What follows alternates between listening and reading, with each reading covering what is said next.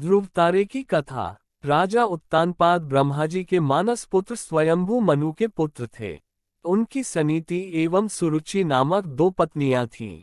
उन्हें सुनीति से ध्रुव एवं सुरुचि से उत्तम नामक पुत्र प्राप्त हुए। वे दोनों राजकुमारों से समान प्रेम करते थे। यद्यपि सुनीति ध्रुव के साथ साथ उत्तम को भी अपना पुत्र मानती थी, तथापि रानी सुरुचि ध्रुव और सुनीति से ईर्ष्या और घृणा करती थी। वह सदा उन्हें नीचा दिखाने के अवसर ढूंढती रहती थी। एक बार उत्तानपाद उत्तम को गोद में लिए प्यार कर रहे थे। तभी ध्रुव भी वहां आ गया। उत्तम को पिता की गोद में बैठा देखकर वह भी उनकी गोद में जा बैठा। ये बात सुरुचि को नहीं जची। उसने ध्रुव को पिता की गोद से नीचे खींचकर कटु वचन सुनाए। ध्रुव रोते हुए माता सुनीति के पास गया और सब कुछ बता दिया।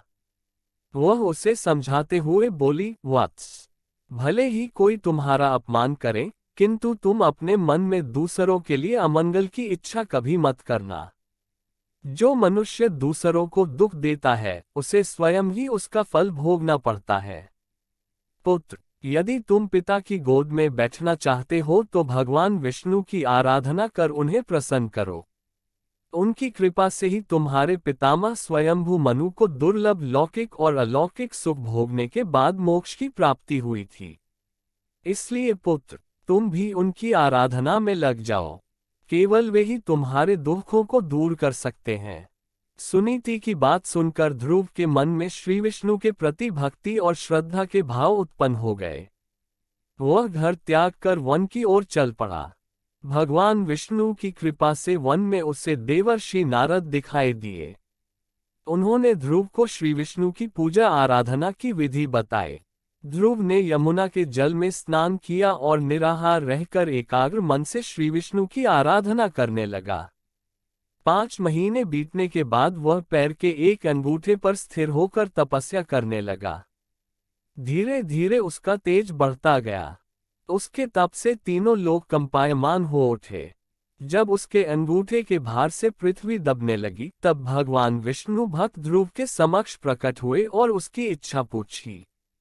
ध्रुव भाव विभोर होकर बोला, भगवान, जब मेरी माता सुरुचि ने अपमानजनक शब्द कहकर मुझे पिता की गोद से उतार दिया था, तब माता सुनीति के कहने पर मैंने मन ही मन ये निश्चय किया था कि जो परब्रह्म भगवान श्री विष्णु इस संपूर्ण जगत के पिता हैं, जिनके लिए सभी जीव एक समान हैं, अब मैं केवल उनकी गोद में बैठूंगा।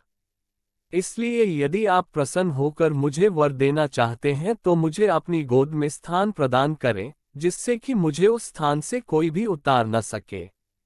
मेरी केवल इतनी सी अभिलाषा है। श्री विष्णु बोले, वत्स, तुमने केवल मेरा स्नेह प्राप्त करने के लिए इतना कठोर तप किया है।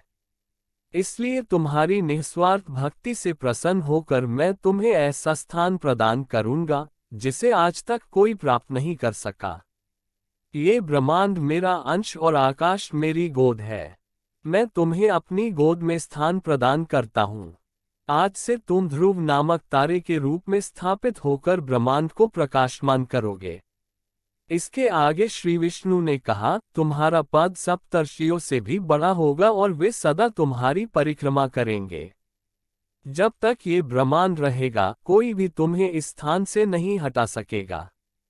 वत्स, अब तुम घर लौट जाओ। कुछ समय के बाद तुम्हारे पिता तुम्हें राज्य सौंपकर वन में चले जाएंगे।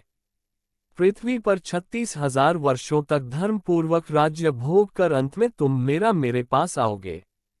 इतना कहकर भगवान विष्णु अंतर्धान हो गए। इस प्रकार अपनी भक्ति से भगवान विष्णु को प्रसन्न कर बालक ध्रुव संसार में अमर हो गया।